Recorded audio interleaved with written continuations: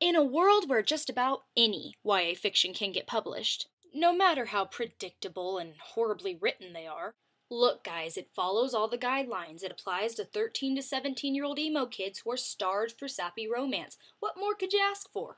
Well, is the lead female character constantly in danger and needing to be saved by the lead male? Of course. Alright, let's publish this. One book stands out above the rest.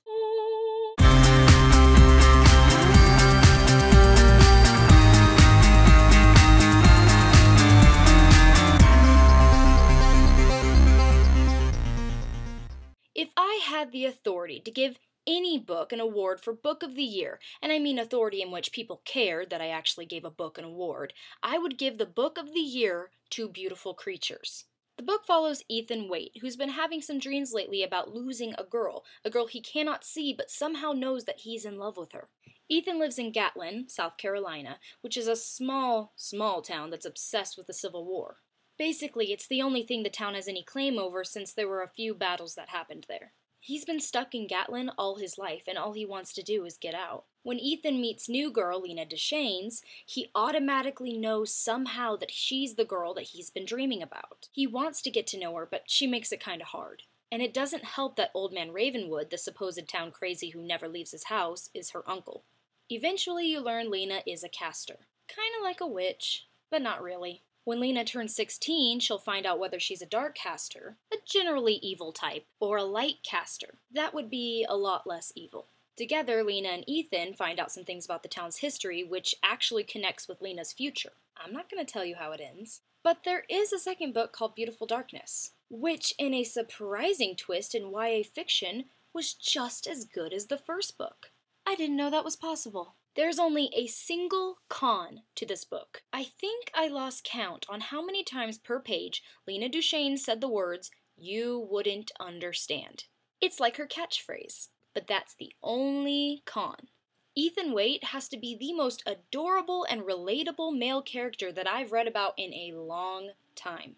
I loved the dedication he had to Lena, and I am just a sucker for guys who read, even if they're not real. And I cannot believe I'm saying this, but for the first time in YA history, the relationship between Lena and Ethan was actually more exciting than the action. Not that the action wasn't exciting, but I actually cared where their relationship went. Even when the romance was corny, it wasn't really corny. And for once, I didn't sit there thinking, ugh. I actually rooted for Ethan. Kiss her, kiss her, kiss her. There is not a single irrelevant or fleeting character in any of these books. Meaning there were no characters that for some reason stuck around even though they contributed nothing to the story.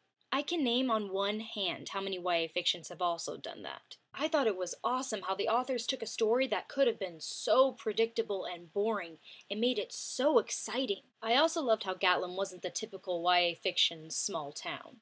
I feel as though after Twilight got popular, YA authors have been trying to place their characters into their own version of Forks.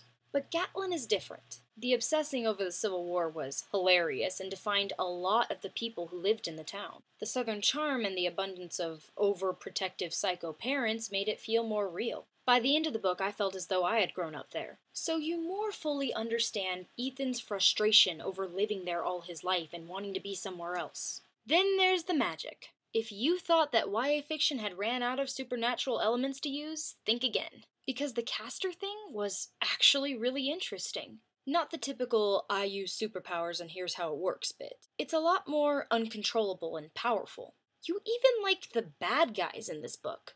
Ridley and Seraphine are awesome. In a really evil kind of way. You know what I mean? Oh, I can't believe you did that. That was so evil. But so awesome. All in all, I love these books. This will forever be one of my favorite book series. If you can read words, I recommend it. It's also being optioned for a movie. Dear movie people, please make Beautiful Darkness into a movie before you even consider making Shiver into a movie. Love, Cassidy. There is nothing more refreshing than a YA novel where the main female character is smart, the main male character doesn't make you want to chuck the book against a wall, and the overall romance doesn't make you choke. In case you're wondering, that is 2 thumbs up. For those of you who can't take the heavy stuff, you won't have a problem with language or with too much information about sexuality, and yet you won't feel like a 12-year-old wrote the book. So while the world argues about being Team Jace or Team Edward or Team PETA, I'm gonna sit here and be Team Ethan Waite.